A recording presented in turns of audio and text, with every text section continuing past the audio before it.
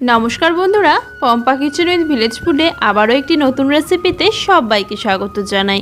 বন্ধুরা, আমার আজকের রেসিপি সুজি দিয়ে তৈরি একেবারে নরম তুলতুলে রসে টইটুম্বুর সুজির রসভরি পিঠা। এই সুজির রসভরি পিঠা একবার বানিয়ে আপনারা খেলে বারবার বানিয়ে খেতে ইচ্ছে হবে। একেবারে রসে টইটুম্বুর আর একদম তুলোর মতন নরম, মুখে দিলেই মিলিয়ে যাওয়ার মতন দারুণ স্বাদের পিঠার রেসিপি। সম্পূর্ণ দেখার অনুরোধ রইল। তো সুজির রসভরি পিঠা বানিয়ে নেওয়ার জন্য প্রথমেই একটি পাত্রে নিয়ে নিচ্ছি 3/4 বাটি পরিমাণ সুজি, আর তারপর নিয়ে নিচ্ছি দুটো সাধারণ তাপমাত্রায় থাকা ডিম। সুজিটা আপনারা যে কোনো দানা, মোটা দানা অথবা ছোট দানা, যে কোনো দানা সুজি ব্যবহার করতে পারেন। ডিমের সাইজ বড় থাকলে পুরো 1 বাটি পরিমাণ সুজি নেবেন, আর মাঝারি সাইজের ডিম হলে 3/4 বাটি পরিমাণ সুজি নেবেন। আমি সুজি আর ডিমটাকে এবারে খুব ভালো করে মিশিয়ে নেব। একটু ভালো করে সময় নিয়ে মিশিয়ে নিতে হবে। আর সুজি আর ডিমটা মেশানোর পর এই মিশ্রণটার ঘনত্বটা একটু পাতলা আর থকথকে ধরনের হবে। আপনারা দেখলেই ভালোভাবে বুঝে যাবেন যে কীরকম ঘনত্বের আমাদের সুজির মিশ্রণটা তৈরি করতে হবে।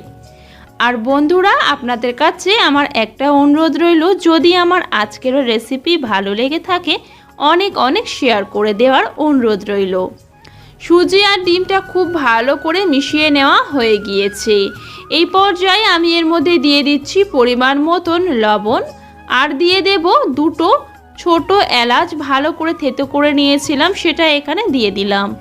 এবারে সব কিছু আবারও খুব ভালো করে মিশিয়ে নেব। আপনারা চাইলে এলাচ থেতো না করে এলাচ গুঁড়াও ব্যবহার করতে পারেন, তবে অবশ্যই ব্যবহার করবেন, এতে ডিমের কোনো রকম কাঁচা গন্ধ থাকে না। এবারে সুজির মিশ্রণের সঙ্গে সব কিছু মেশানো হয়ে গেলে ঢাকা দিয়ে আমি রেস্টে রেখে দেব 5 মিনিটের জন্য, যাতে সুজিটা ভালোভাবে ফুলে যায়। সেই সময়ের মধ্যে আমি এদিকে দুধ রসটা রেডি করে নেব। তার জন্য একটা ছোট্ট কড়াইয়ে নিয়ে নিচ্ছি, যে বাটি পরিমাপ করে সুজি নিয়েছিলাম ওই বাটিরই 5 বাটি পরিমাণ জল নিয়েছি। জলটা হালকা করে একটু গরম করে নেব। গরম হয়ে গেলে দিয়ে দিচ্ছি একই বাটির 1/2 বাটি পরিমাণ গুঁড়ো দুধ। গুঁড়ো দুধটা দিয়ে জলের সঙ্গে খুব ভালো করে মিশিয়ে নেব। আমার কাছে এই মুহূর্তে লিকুইড মিল্ক বা গরুর দুধ ছিল না, সেজন্য আমি গুঁড়ো দুধ দিয়ে এইভাবে তৈরি করছি। আপনারা চাইলে লিকুইড মিল্ক দিয়েও তৈরি করতে পারেন। গুঁড়ো দুধটা মিশিয়ে নেওয়া হয়ে যাওয়ার পর এবারে মিষ্টির জন্য দিয়ে দিচ্ছি 1/2 বাটি পরিমাণ চিনি, তারপরে দিয়ে দিচ্ছি দুটো তেজপাতা, আর দিয়ে দিচ্ছি একটা দারচিনি আর দুটো এলাচ। এবারে সব কিছু দিয়ে দেওয়ার পর ভালো করে মিশিয়ে নেব। নিয়ে 2-1 বার ভালো করে বলক তুলে ফুটিয়ে নেব।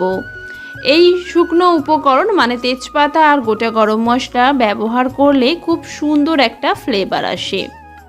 দুধটা আমি 2-3 বার ভালো করে বলক তুলে ফুটিয়ে নিয়েছি। এবারে দুধটাকে আমি নামিয়ে একটা সাইডে রেখে দেব। তারপর আমি একটা অন্য কড়াই নিয়ে নিচ্ছি 1.5 টেবিল চামচ পরিমাণ চিনি।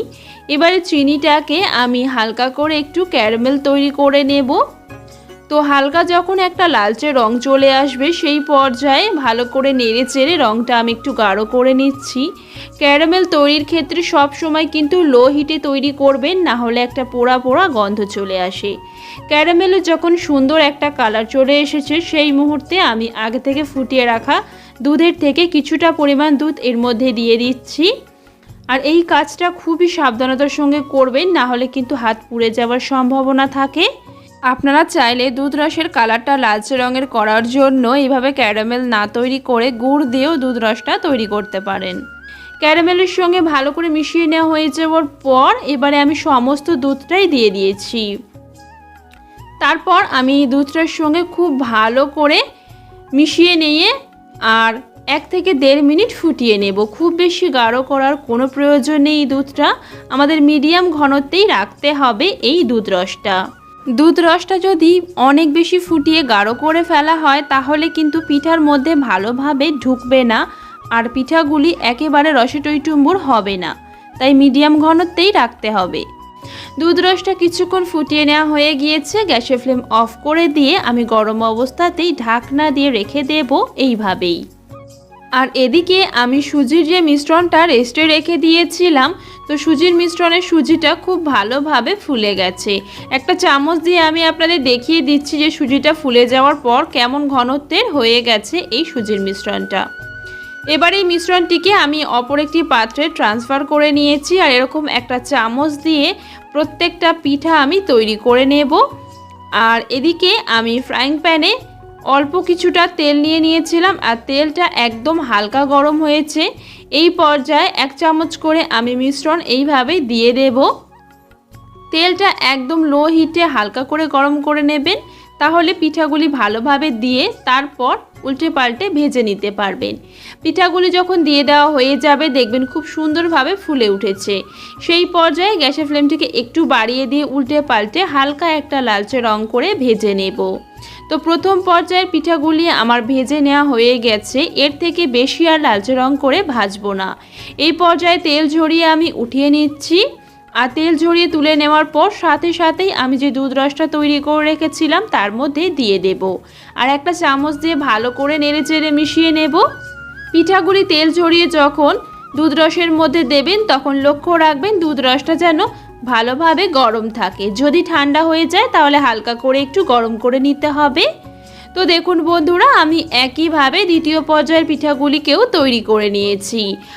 হালকা লালচে রং হয়ে গেলেই সাথে সাথেই আমি তেল ঝরিয়ে আমি দুধ রসের মধ্যে দিয়ে দিচ্ছি। এইভাবে সবগুলো পিঠা তৈরি করে নিয়ে দুধ রসের মধ্যে দিয়ে দেব আর ভালো করে নেড়ে চেড়ে মিশিয়ে নেব। সবগুলো পিঠা যখন দিয়ে দেওয়া হয়ে গিয়েছে সেই পর্যায়ে আমি ঢাকা দিয়ে রেস্টে রেখে দেব 2 ঘন্টার জন্য, যাতে ভালোভাবে দুধ রসটা শোক করে নেয়। তো দেখুন বন্ধুরা, 2 ঘন্টা পর আমি ঢাকনা খুলে দেখাচ্ছি। দেখে নিশ্চয়ই বুঝতেই পারছেন যে পিঠাগুলি দুধ রস শোক করে নিয়ে কিন্তু একেবারে ফুলে টইটুম্বুর হয়ে গেছে আর একদম নরম তুলতুলে হয়ে গিয়েছে। তো চলুন বন্ধুরা, একটা পিঠা আমি আপনাদের সঙ্গে কেটেও শেয়ার করছি। আশা করছি আমার কাটা দেখেই আপনারা বুঝতে পারছেন যে পিঠাগুলি কত সুন্দরভাবে তৈরি হয়েছে আর কতটা দুধ রস শোক করে নিয়ে একেবারে নরম তুলতুলে হয়ে গিয়েছে। মুখে দিলেই কিন্তু সাথে সাথেই মিলিয়ে যাবে। আমি হাতের মধ্যে আপনাদের ভেঙেও দেখিয়ে দিচ্ছি যে কতটা নরম তুলতুলে হয়েছে। তো বন্ধুরা, আমার আজকের এই সুজির রসবড়ি পিঠার রেসিপিটা আপনাদের কতটা ভালো লেগেছে অবশ্যই কিন্তু কমেন্ট করে জানাবেন। বাড়িতে অবশ্যই একবার ট্রাই করে দেখবেন, তাহলে দেখবেন বাড়ির সবাই বারবার বানিয়ে খাওয়ানোর জন্য অনুরোধ করবে। আর বন্ধুরা, আমার আজকের এই সুজির রসবড়ি পিঠা ছাড়াও সুজি দিয়ে তৈরি ভিন্ন ভিন্ন স্বাদের প্রচুর পিঠার রেসিপি দেওয়া রয়েছে, আর প্রত্যেকটাই কিন্তু ভিন্ন ভিন্ন স্বাদের। আপনারা অবশ্যই একবার হলো ভিজিট করে দেখবেন। সবাই ভীষণ ভালো থাকবেন, সুস্থ থাকবেন। আর যারা সম্পূর্ণ আমার রেসিপি দেখেছেন তাদেরকে অসংখ্য অসংখ্য ধন্যবাদ।